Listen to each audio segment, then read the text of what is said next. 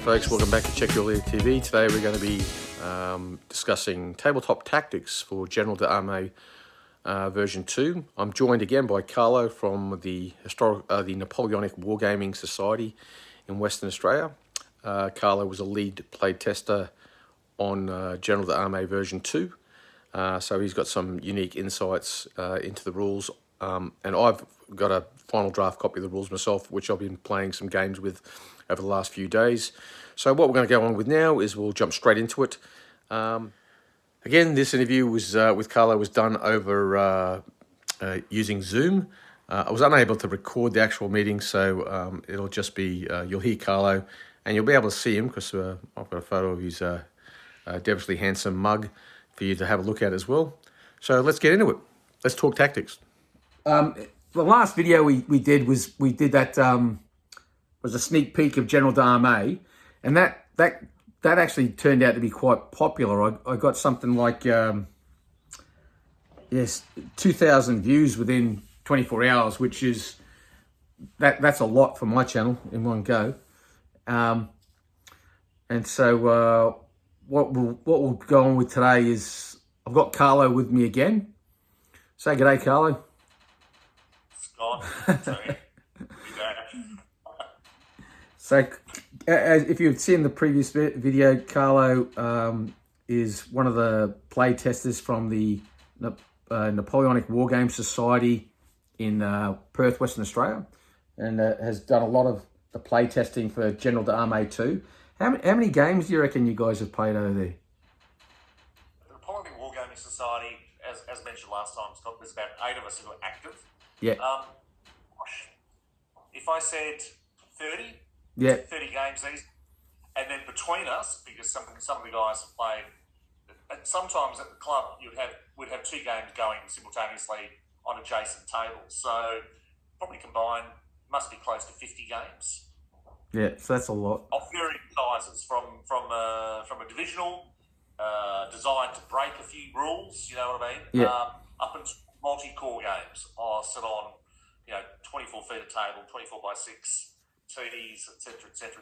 It's been a fairly diverse range of games that we've played. Yeah, and then that's on top of all the play testing that would have taken place in the UK, which I think conservatively you could probably multiply that by a factor of about 3 or 4.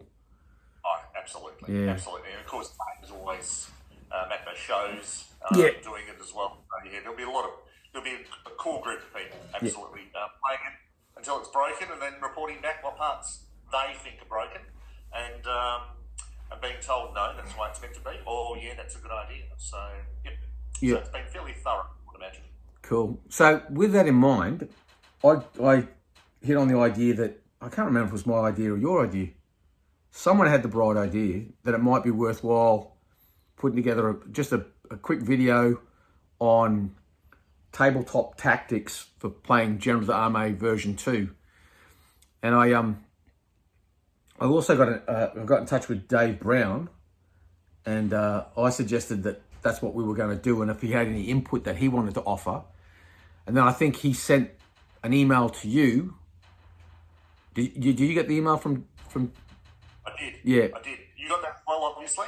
Yeah. So what I did is I printed it off, and it's basically just one page of tactical tips, GDA 2.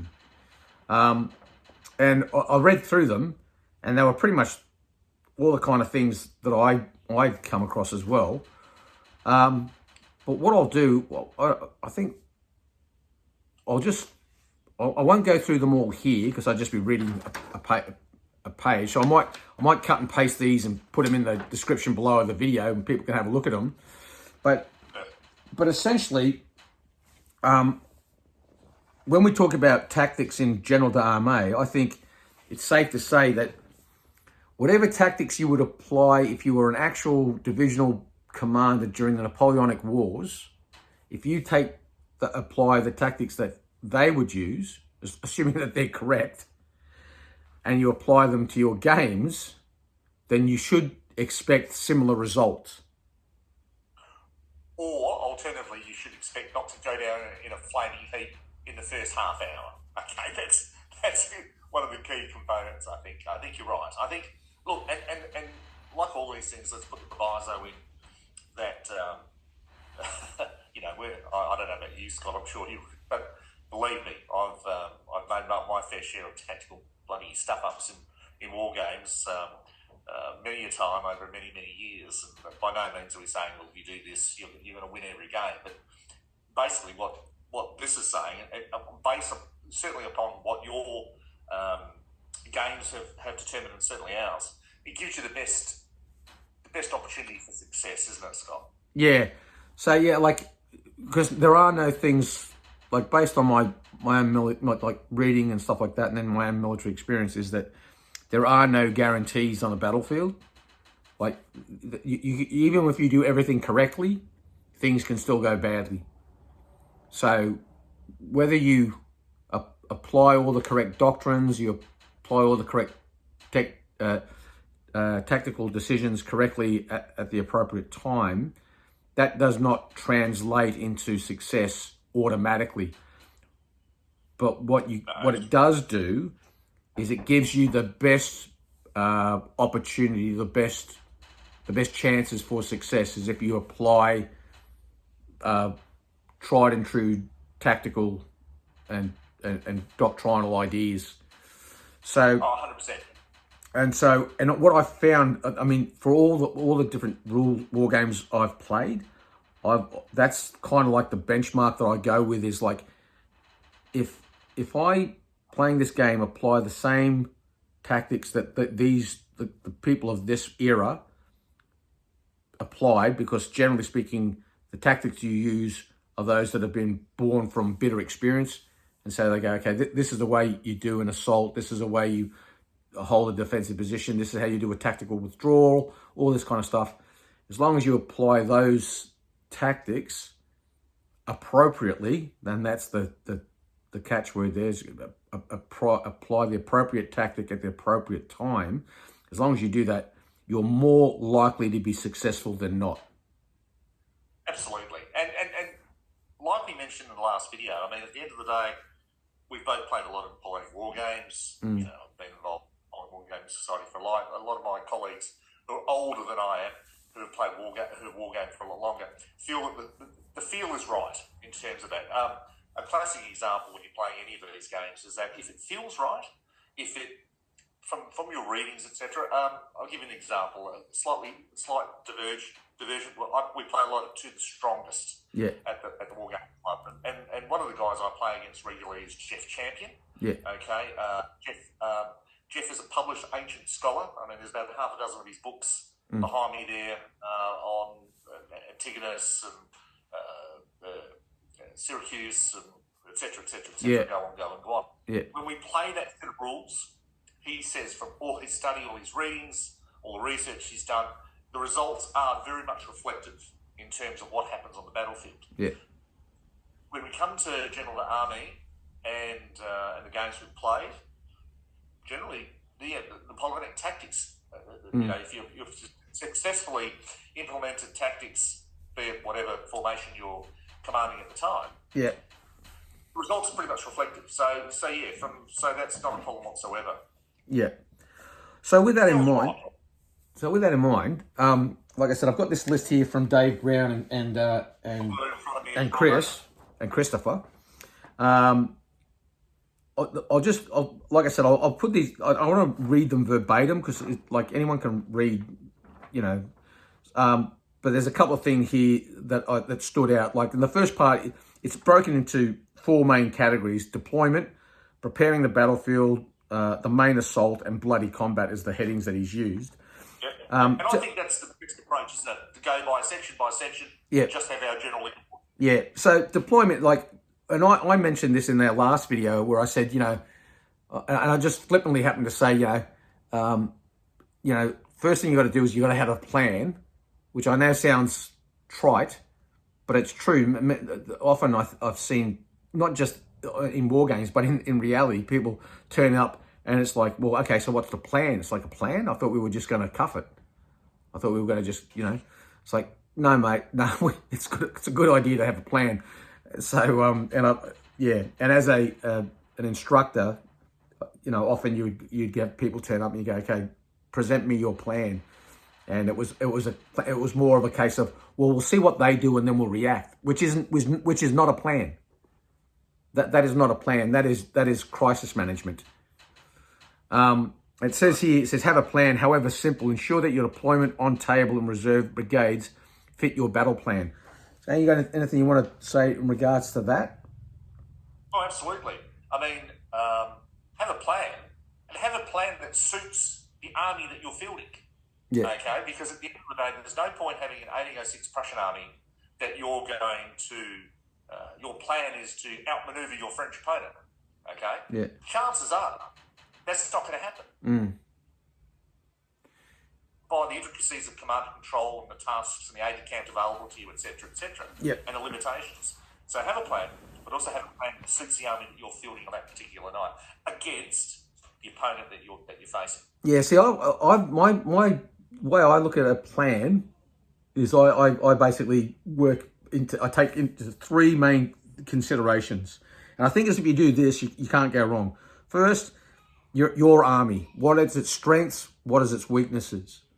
Then the enemy army. What is their strengths? What are their weaknesses? And then finally, and probably most importantly, the terrain. So any plan that you have needs to take into consideration those three factors. And in regards to your army and the enemy's army, those two sub-factors of your strengths, your weaknesses, because you need to know, what your strength and weakness. Like if you're an army that has cavalry but it's poor quality, it's probably not a good idea to use that as your arm of decision. If you have an abundance of artillery, you might want to go, well, hang on, that's a strength. I can reach out and touch the enemy, and I can lay down. I can either use it offensively, whereas I can position it on the battlefield where I can get the most bang for my buck. So, to coin a phrase, and at the same time, you might go, well, I'm going to keep my guns primarily just to deny enemy maneuver. Like if he tries to maneuver here, my guns will play on him, and that'll pretty much make any kind of movement on that flank or on that sector of the battlefield very difficult for him. So, yeah, having a plan, that's really that's the kind of things you need to consider. And actually, it's got here, it says, the points 2 and 3, it says, always have a reserve.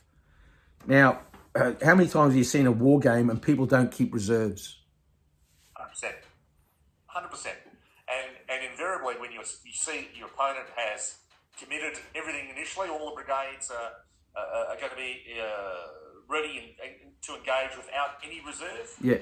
Happy times, because you know that you can concentrate in one area, you can delay in other areas, you can refuse a flank, you can, as you mentioned, use your artillery to probably protect another formation that you assault with, and you know that he's going to have nothing that's going to be able to counter it. Reserves are critical, and in these rules, with the various rules, and of course you've got the commit a reserve rule in the C&C commands. Yeah. You've got reserve particular move as well as a tasking and aid-camp tasking. Yeah. Reserves are important, and reserves can move quickly. Yeah. So that's a part of it as well. And I think with General d'Armée, one of the things that's really important, and this is reflected in reality too, is when people think reserves, they always think physical reserves. They think, okay, I've got 5 brigades, I'm going to fight with 4 and keep the 5th brigade as my reserve brigade. Okay, and then you have to make the decision, is the brigade that you're holding reserve fit for task? So for example, if your reserve is heavy infantry heavy, then that's ideal for like shoring up the line if you're fighting defensively. And my reserve, I'm keeping it to stop a breakthrough. Infantry is quite good for that. Whereas you want an offensive reserve, whereas it's like, I'm going to fight with these 4 brigades. Maybe I'll weaken them here, and then that's when I'll commit my reserve to blow through. That's the kind of reserve where you might want to have, I need to have a reserve with some cavalry in it as well to exploit that kind of breakthrough, because they move fast and they can be quite hard hitting and all that kind of stuff. So there's the absolutely. So you got absolutely, and as you mentioned, cavalry can move quickly.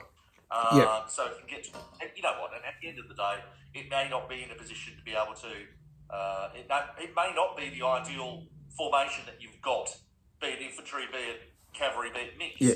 It might not be ideal, but you know what? At least you've got something Yeah, to throw into a but hole. the real takeaway is to have some kind of reserve. You know, you've got to have something. But the other thing is, apart from the physical reserve, and by physical I mean actual troops and equipment, there's a command reserve as well. It's like, and I had this the other day where I was playing a game, and within very short order, my opponent he had used both of his CNC command chips. So in General d'Armée 2, the commander-in-chief has these command points that he can spend, and they can be really quite decisive. And so within 3 or 4 turns, he had spent both of them. So that's... Can I ask a question, Scotty? As he used them, were they decisive? No, and that's the thing. I don't think they were. It was more of a case, I'm going to use them to get more ADCs so I can do more. But it was more of a case of, but the things that he's doing, are they decisive? That they might help in a localized area of, you know, evening the odds back up. You know, like, oh, we've taken a bit of a reverse here. I'm going to use the command chip that commands, what's that? I think it's a Chief of Staff tasking, where it generates more. Yeah, which can be decisive, but I find things like using your Commander-in-Chief's chits to go, okay, I'm going to use it to exploit a breakthrough by using that point of honor. There's a post of honor. Yeah, post of honor. So there's this in General d'Armée, these CNC commands that you can use. One's Chief of Staff, which basically generates just more ADCs, which in turn can enable you to maintain the initiative. But something like Post of Honor or Now's Your Time, they're very, very powerful in the assault, I find. And then the other one, of course, what is it? Stand With Me. Stand With Me, which that can really be helpful to shore up an enemy breakthrough, you know, to prevent it from... Well, it's also great if you're faltering. I mean, because automatically you'll pass your faltering. Yeah. Yes. And that's critical. And for me, that would be probably one that, if I'm in a situation where the game's almost going to be lost before it's really begun, the battle's going to be lost. I mean, that's a good one to use. And then, of course, the other one you've got is Now's Your Time. Yeah. Which is a really good one as well. But having also said that, and you talked about your friend using them early, you know what it's like, man. It's like having a shot up the barrel. There's no point bloody being dead on the ground while you've still got a shot in the barrel. So, of course. You certainly don't want to be left at the end of the game having lost a game and still having your CNC commands there waiting for you to use that you haven't used. Yeah, so it comes. It comes down to timing and fine, but I think it's, like I said, that they're still what I would still class them as something that, like, if you've got 2 of them, you've got a decent commander, so you know you have 2. I'd probably want to keep one up my sleeve at either a point where I think now I can win it and I want to make sure of it, or man, it's all gone pear-shaped and I need to stay in the fight and try to, you know, maybe claw a draw out of this rather than have my arse handed to me. So, but we're in total accord, mate. I couldn't agree more. So they're those things that you need to think about in regards to reserves. So it's not just a physical reserve, but have something in your command. Something up your sleeves. Yeah, in your ADC satchel to pull out and save the day. So that's that was pretty much that covers all. You mentioned artillery, and I know artillery is very close to your heart. Oh yeah. Drop short. So, one of the things also that people will find with General Army is that, unlike the first version, if you've got elevated artillery, you've got increased range. Yes, okay. Yes. So that's a really nice touch. Yep. In fact, artillery range, let's take an example for 12-pounder guns. If you're normally effective range, long range, normally if you're on the ground, would be 70 centimetres. Yeah. Okay, in millimetre scale, or 45 inches in 28. Yes. If you are elevated, that increases to 115 centimetres or 75 inches. Yeah. Okay, so that shows you the benefit of it being elevated. Okay, and that's, you touched on. Let's talk about Russian armies, for example, who have large batteries, which can be very, very effective because of the extra casualty dice that they get automatically being a large battery. Yeah. The elevation is a good thing. So we talk about deployment. Take advantage of the army that you have. You already said about what's the strengths of your army. Well, if you're Russian, artillery has got to be a big part of how you're determining where you're going to deploy and how you're going to deploy. Okay? Yeah. And with that kind of playing in a small game or a big game or whatever, that kind of range, that scope is effective for artillery. Yeah, and that which comes back to the deployment. Like if you have good dominating elevated terrain, then that's a pretty good place to maybe deploy your artillery. Oh, absolutely. And once again, as it was historically. Yeah. Historically, you know, Yeah. you can be on the attack and still have your artillery in an elevated position that is going to give artillery assault for the particular part of the battle. Alternatively, you might take the risk and say, you know what, I'm going to keep my foot artillery limited. I'm going to assault this particular built-up area or this particular formation, but I want to have some localized advantage, so that I'm going to take the risk of my foot artillery not being engaged in the first 3-4 turns or whatever it may be, so I can deploy a position where I can absolutely wreak some havoc on some close order enemy formations. Yeah. So let's talk about skirmishes and light infantry now. We've talked about the king of the battlefield. Let's talk about the queen now. And skirmishes in General Armée 2, they're a significant part of the game, and they certainly warrant some discussion. So, Carlo, what do you think? I'll let you kick off. Let's talk skirmishes and light infantry. Of course, one of the great things about the rules is that skirmish fire, as they were historically, very effective in countering artillery. Yeah, and this is the thing and that's one of those tips that Dave's alluded to is be prepared to use your light infantry in the way that it was actually used. So if you're concerned about certain terrain on a certain part of the battlefield, hey, maybe that's a good area for you to deploy a light infantry heavy brigade.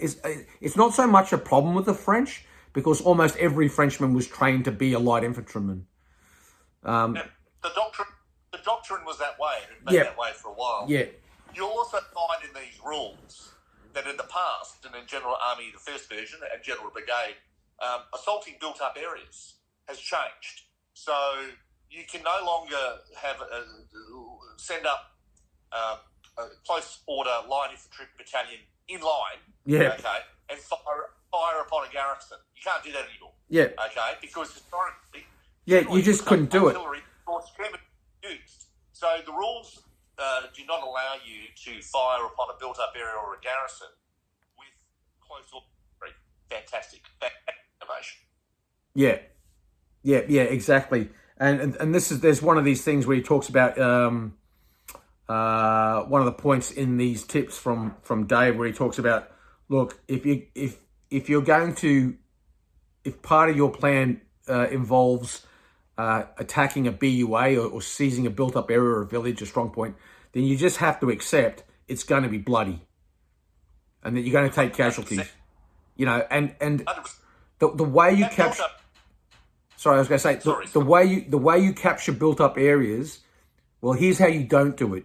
You don't capture a built-up area by standing outside of it and shooting at it, because walls, buildings, hedges, and the like have a tendency to stop musket balls. A hedge, I know a musket ball will go through a hedge, but 4 or 5 hedges and a privet guard and a wooden fence. I mean, when you think about a built-up area, it's like you've got, like, a village has, every kind of built-up area has, you know, an external part where there's, you know, maybe there's just some hedges and there's some low walls and a wooden fence. But the deeper you go into it, the more and more it's quite complex terrain. And you cannot shoot your way through complex terrain. You have to storm in with the bayonet. Now, by all means, soften the individuals up in that village as much as you can. And the best way to do that is with some skirmish fire and maybe some artillery. But then at some point, you have to go in with the bayonet. And you probably want good quality troops to do it.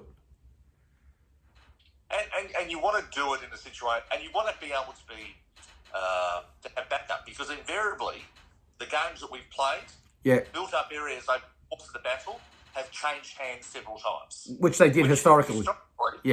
Which once again, historically happened. So you have to determine if the built-up area is going to be part of the victory conditions. Okay.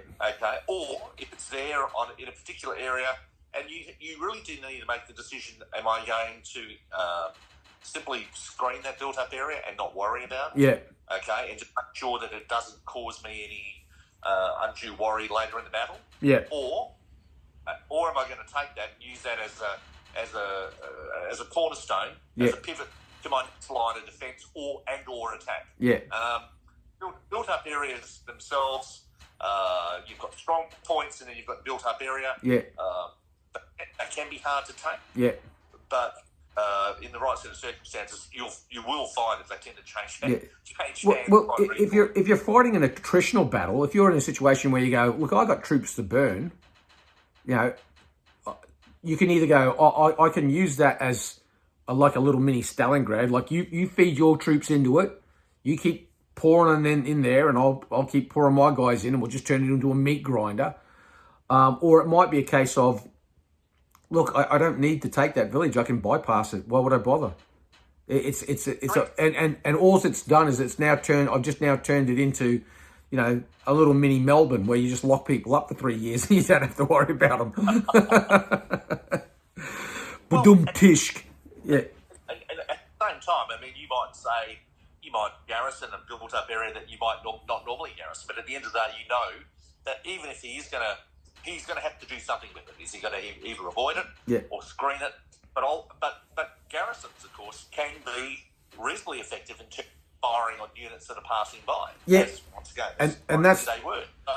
And that's the only reason I would take a garrison, unless it was a victory condition where the scenario says you must capture this, or it's an option to capture it. If the only other reason you'd go in there is like, well, if I try to skirt it, everything within what's it, skirmishing range is 12 inches, isn't it?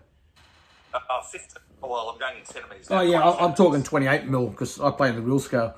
12 here it is. Skirmishes, 12 inches or 20 centimetres. So that's quite a ways that you can reach out. And so if your plan is I'll just march past it, it's like, well, you can't just march past it if you go within 12 inches of it, because you're going to be catching a bucket load of musket balls coming out of that place as you go past.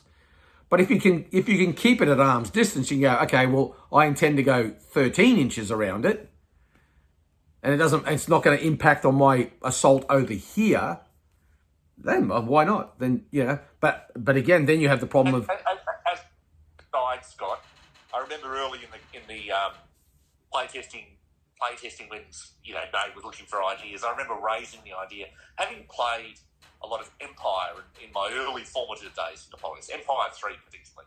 I used to love the aspect of the rules where you could have a task force and then you could designate the core pioneers and sappers, etc., to that task force that was sold a built-up area. And I remember actually raising the subject of having pioneers and sappers as a divisional option or something like that. Dave very quickly said, no, you just got to assume, as Dave's rules do. Dave assumes that the divisional commander is there for a reason. He knows what troops he needs to have in a certain position to attack. Okay, so if there's a good... In the same way that I don't need to buy my artillery commander a telescope, I just assume he's got a telescope. Or that there's... And that tells me really what he was looking for, in fact, of having the overall feel without being bogged down in minutiae. What else can we talk about here? Well, in terms of I guess, combats and Yeah, assaults, etc. We'll talk about deployment generally. I mean, look, most of the guys that will be watching this will have a very good understanding of the Napoleonic Doctrine and rules and etc. Once again, it's just in the old days, Scott, when we were poor. Okay, well, you've never been poor, but poor old me. Oh no, I've been there, mate. I've lived on noodles. And you had one army. Okay, let's say, for example, for me, it was the Army of Italy, Prince Eugene, 1809. And so you got to know your formation really well. Okay, you know the formations that you had, the French attachment, the brigades, etc. And so you got to understand what they could do, what they couldn't do. Yeah. They all got multiple armies, obviously, and we go between them. There is something to be said about knowing exactly what troops you've got and what they're capable of. Yeah. Okay. So most of the guys here will have at least one army which they're very, very familiar with. Yeah. And it is, you know, there's no natural army in these rules. If you fight Spanish, it doesn't mean that you're going to be losing every single game. If you're Neapolitan, you're not going to lose every single game. Yeah. If you're French, you're not going to win every game. If you're British, you're not going to win. It really comes down to using historical tactics because, once again, the rules reward tactic. It's using historical tactics and doctrine and supporting each other. We touched on it last time. In terms of tactical tips again, they're all mutually inclusive. Yeah, it's like I like the fact that I mean, there's nothing in. I'm looking through this list here that Chris Dave Brown sent, and there's nothing here that I hadn't actually thought of myself because before this, a couple of days before, I was sitting down. I was writing out a list like, make sure you do this. When launching attacks or just holding the line, use the glory tasking. And the attack. If you're doing an infantry attack, the glory combined with the forwards and an infantry assault task. I mean, you'd think they'd be self-evident, but I mean, this is one of the challenges you have with General d'Armée is sometimes you're limited on how many ADC tasks you have. And it's like and invariably you find yourself in a situation like, okay, this is where my main effort's going to be in this turn. Like I want this infantry assault to go in, let's say it's on a BUA. I want an infantry assault to go in on a built-up area. So what I'm going to need is I can't just send a battalion in by itself. I want to send a battalion in. I want it to be supported. I want the lads to be G'd up, So if they're a line battalion, the brigade commander might want to attach himself and that elevates them to veteran status. And then in I go. And with forwards, it's like that way I'm not coming up and getting shot to shreds in the process by using the forward tasking with a bit of luck. And there's always that element of luck. Maybe I can get across the ground and into combat without being under fire for too long. Invariably, I'm going to get at least one. I'm going to get fire from whoever I'm assaulting. I'm going to have to suffer some closing fire.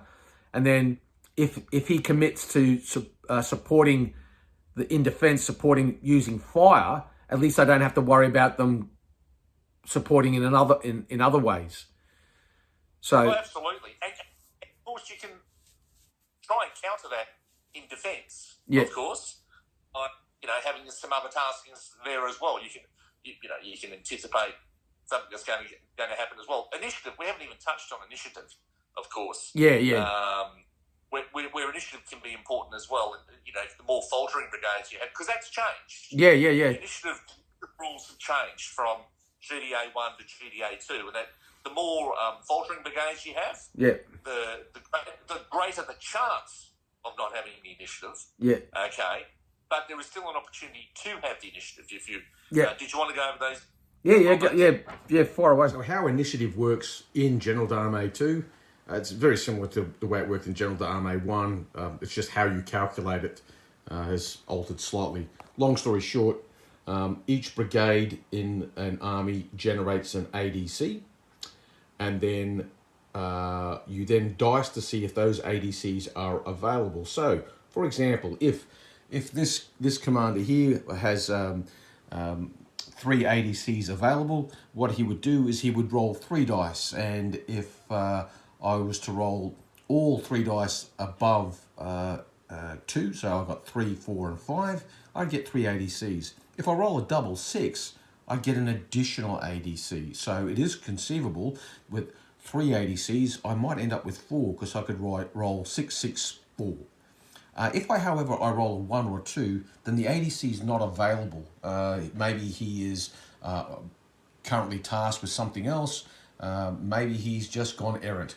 Either way, you're limited to how many ADCs you have. Once you have those ADCs, you then have taskings that your commander-in-chief can use to get the brigades, the various brigades, to do various things.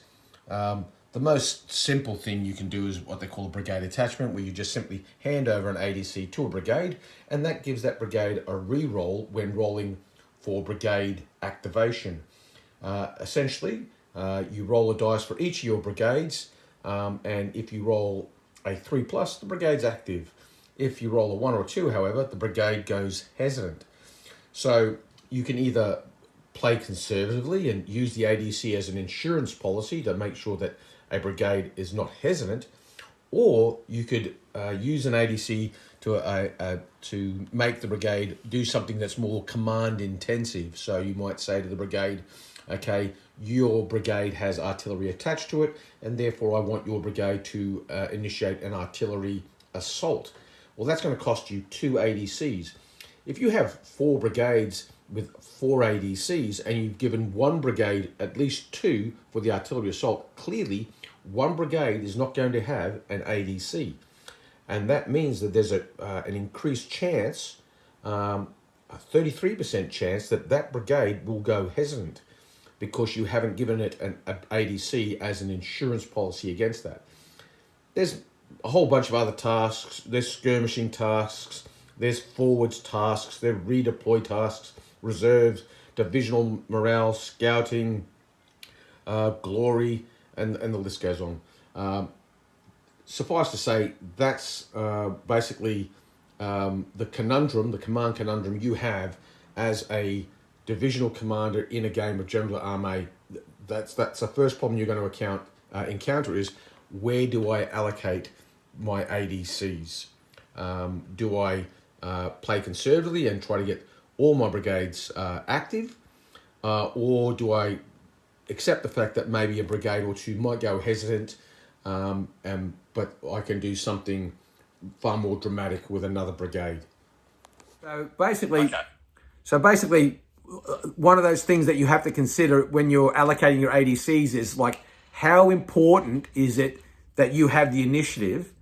And that might, one of those considerations might be, okay, do I try to do something really funky and that's really intense in the amount of ADCs that I allocate to this task? Or do I simply just want to make sure I get the initiative and just do those banal, okay, brigade attachment, brigade attachment, brigade attachment? It doesn't let me do anything really wild.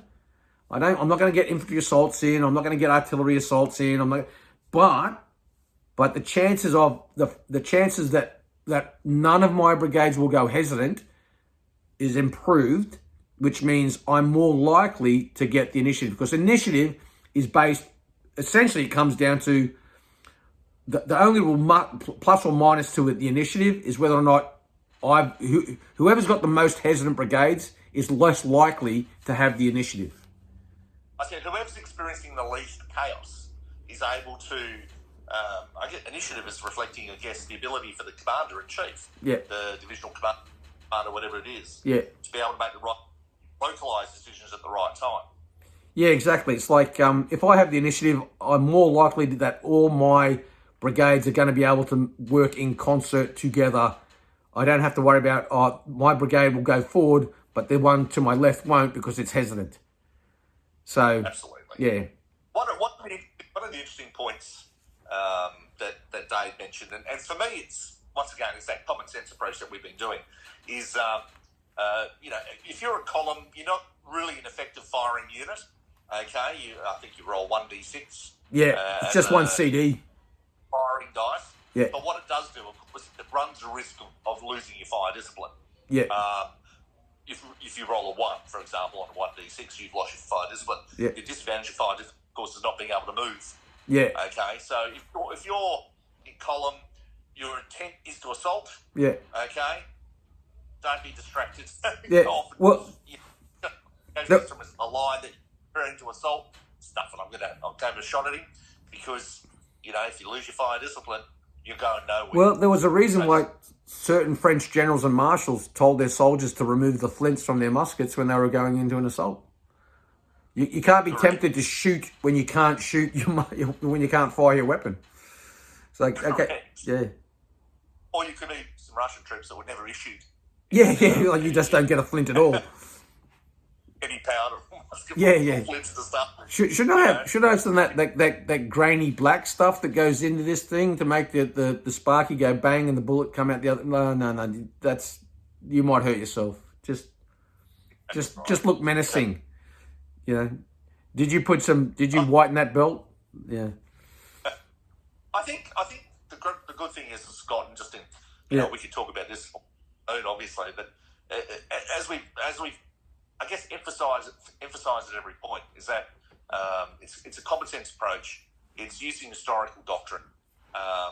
Most Napoleonic Wargame is pretty good.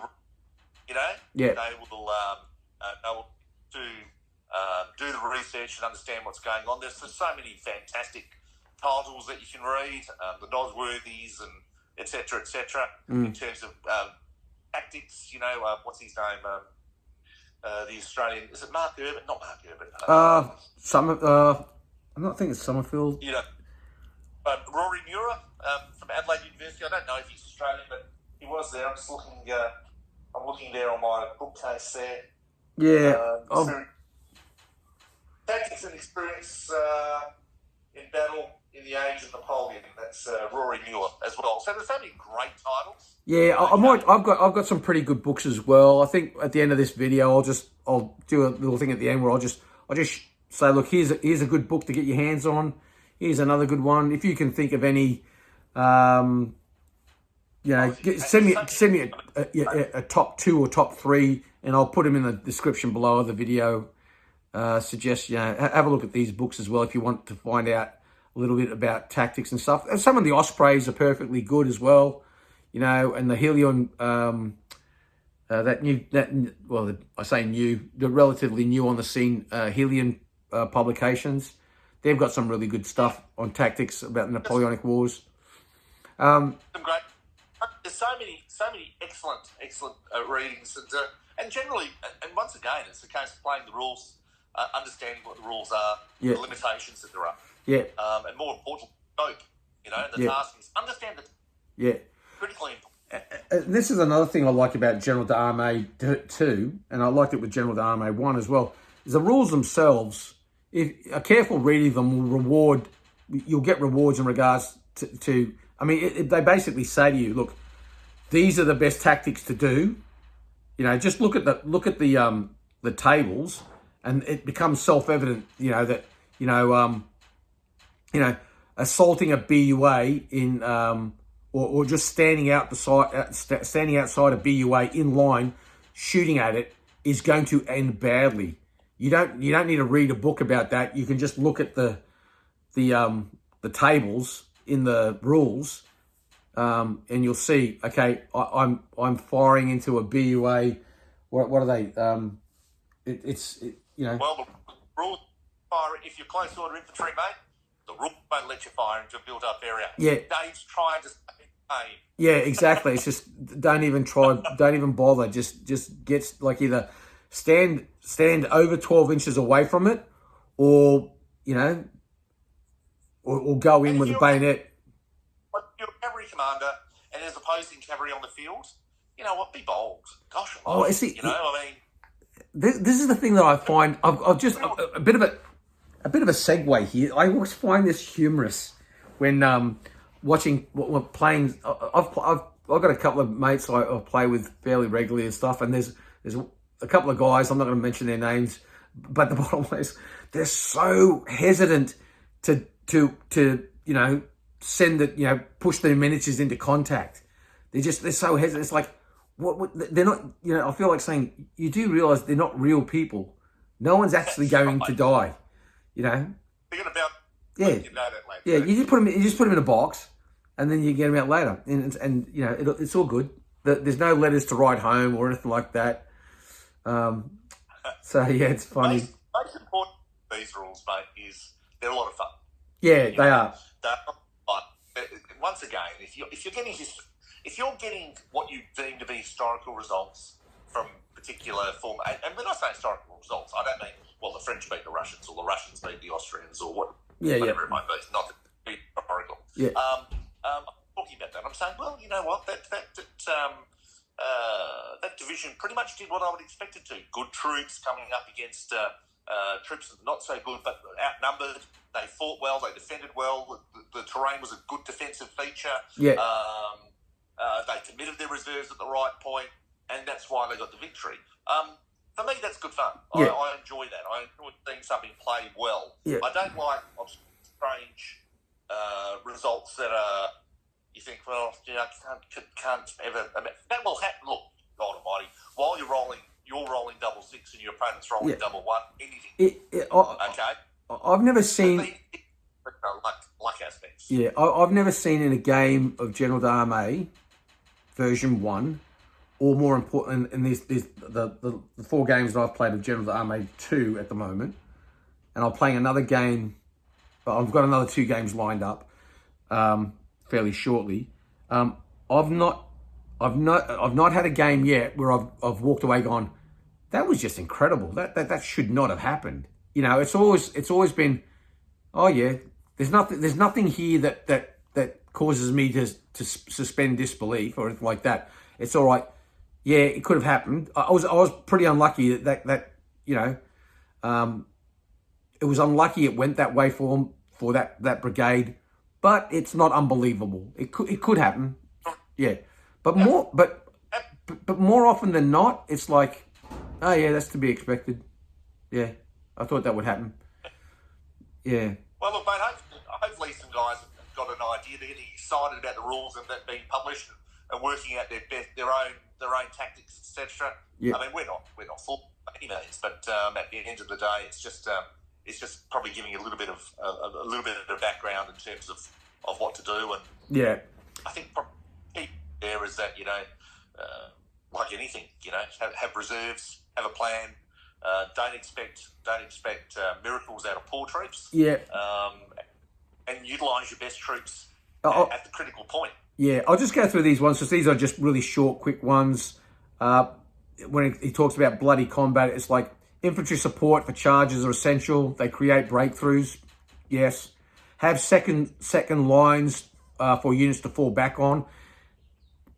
Yep. You need to have something, like if your troops get reversed, they need to have someone to fall back. If it's nothing but big open terrain all the way to Paris, they'll go all the way to Paris. The well is that you will fall back a vast distance unless you've got formed troops to fall back on. It's like at least 18 inches. Nobody. Yeah. And then just take you ages to get them back into combat. Whilst if you've got formed troops to rally back on, they just go far. They fall back as far as their mates will go, hey, where are you guys going? Correct. Oh, and this is one, and I can't reiterate this enough. Do not charge fresh supported units. That's like, don't do that. You can. You can. It makes for short, funny games. Yes, you can, but yes, don't do that. And 4, be prepared to suffer or grimly hold out in one area to achieve victory in another. It's like, yes, there are going to be somewhere on the battlefield, your guys are going to probably be piling up dead, but that's because you're probably got an advantage somewhere else. Correct. Your tactics battlefield pressure should be aimed to force your opponent to commit his reserves before your before you commit yours. And then he puts in parentheses the UDA Loop. Now, the UDA Loop, just for those that it's also known as the Boyd cycle, named after who the UDA Loop was named, who came up with the idea of the UDA Loop was a Colonel Boyd. Can't think of his first name. He was a US Air Force officer, actually. But UDA means observe, orientate, decide, and act. And that basically that's what it is. You observe what the enemy is doing. You orientate to what he is like. So you observe, he's moving to my left. So you then orientate. So I better move some of my people to my left. You decide what you're going to do. I'm going to attack. I'm going to counterattack. And then you act. You counterattack. And so the UDA Loop or the Boyd cycle, yeah, keep that in mind. And it's absolutely. As he says here, he who commits his reserve last usually wins. Again, anyone who knows, if you've read any kind of military doctrine and you understand how important reserves are, that's the combat indicator that you're going to win. When you see the enemy commit his reserve and you still have one, the odds are that you're going to, well, you're probably not going to lose, and the odds are that you're going to win have just increased exponentially. Designate sufficient men to a BUA. Designate sufficient men to BUA combats. So, in other words, a built-up area. You know, it's probably going. If you're really serious about seizing it, you have to accept it's going to cost a lot of troops. Probably a brigade.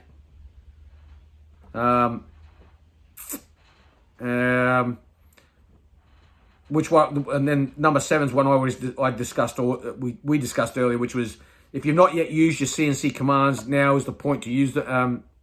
If you have not yet used your CNC commands, now is the point to use them. Do not finish the game with unused CNC commands. Yeah, which is what the point that you made.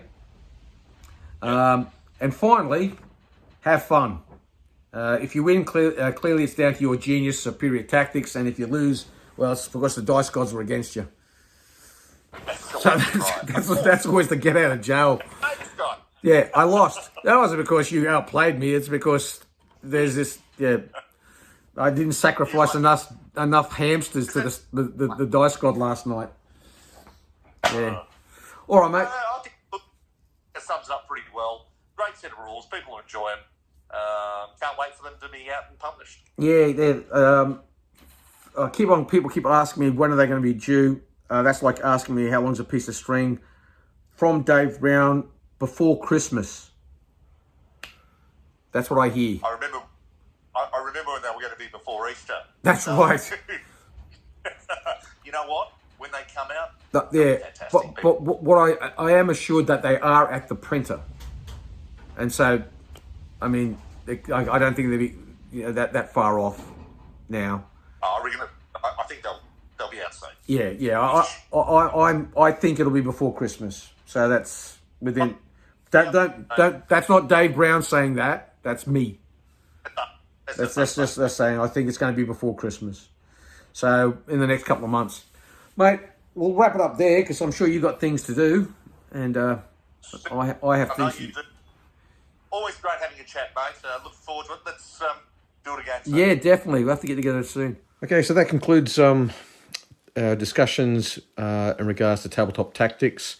Thanks again to Carlo. I really appreciate him coming on the channel and having a chat. Obviously, we were talking specifically about General d'Armée 2, but the overriding principles that we discussed were obviously applicable to any kind of Napoleonic wargaming at all. I also did mention that I would show you guys some books that I think are really worth looking at. Now these ones I'm going to show you here, I'll just show 3 books that I think are really, really good. These are pretty impressive books. They're pretty flash. They're actually gifts that I was given. That they are expensive, but I don't know if you can get the versions of these books in a less ostentatious format. But regardless, these are great books. They're from Military History Press. The first one we'll look at is Napoleon's First Italian Campaign, 1796 to 1797. Really, really nice books. Lots of maps in them. The artwork throughout is by Keith Rocco, who needs no introduction, I think. But I particularly like the fact that there's really good campaign maps in here. Lots of beautiful artwork, and this covers the early Napoleonic period, obviously. So it covers there's key battles, engagements of that period of that campaign. So that's the first one I'd recommend. The other one is Napoleon's Finest, Davout and his Third Corps, Combat Journal of Operations 1805 to 1807. So this book, again, Military History Press. This one is written by Scott Bowden. Now, this really is impressive. You're presented with orders of battle for Third Corps. These beautiful representations of what a battalion looks like in the field. Campaign maps showing the maneuvers of the forces. But what is really, really impressive is you can see actually how a brigade operated in the field. Each one of these little boxes here represents a company. So this is the 2nd Battalion of the 12th Line. Skirmishes out the front, as you can see. It even shows you where the chef de battalion and the battalion major was located, the positioning of the Grenadier Company, and the voltigeurs, or the light company, brigade artillery, skirmishes. It really is a fantastic book. You get details from casualties, so you can see exactly what kind of casualties units would take in battles. So this one, yeah, it's a really, really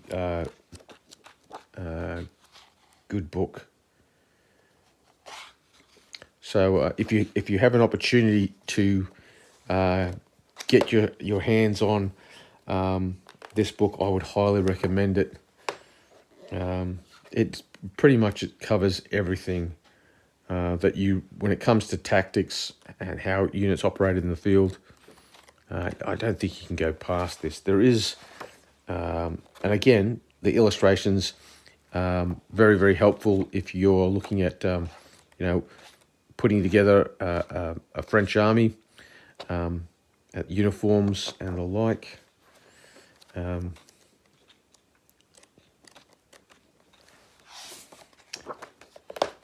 Here we see how this artillery has been deployed on this high feature here.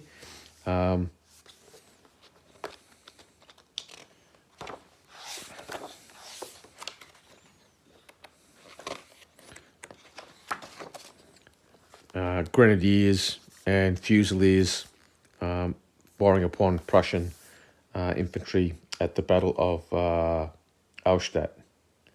So yeah, a beautiful book. And finally, I would recommend the Waterloo Companion. Now, this book is obviously geared towards the 100 Days campaign, but a lot of the information in it is applicable to just Napoleonic warfare in general. Again, how battalions operated in the field, how they changed formation. Some really good information pertaining to the lay of the ground and how troops would use terrain to best effect. And then you've got the orders of battle for all the forces that were involved in the 100 Days campaign. So that's another great book. Anyway, they're my 3 top tips for Napoleonic books. I'll wrap it up there. Again, thanks to Carlo for joining us. Thank you for joining us. Please like, share and subscribe if you found what we've got here of interest.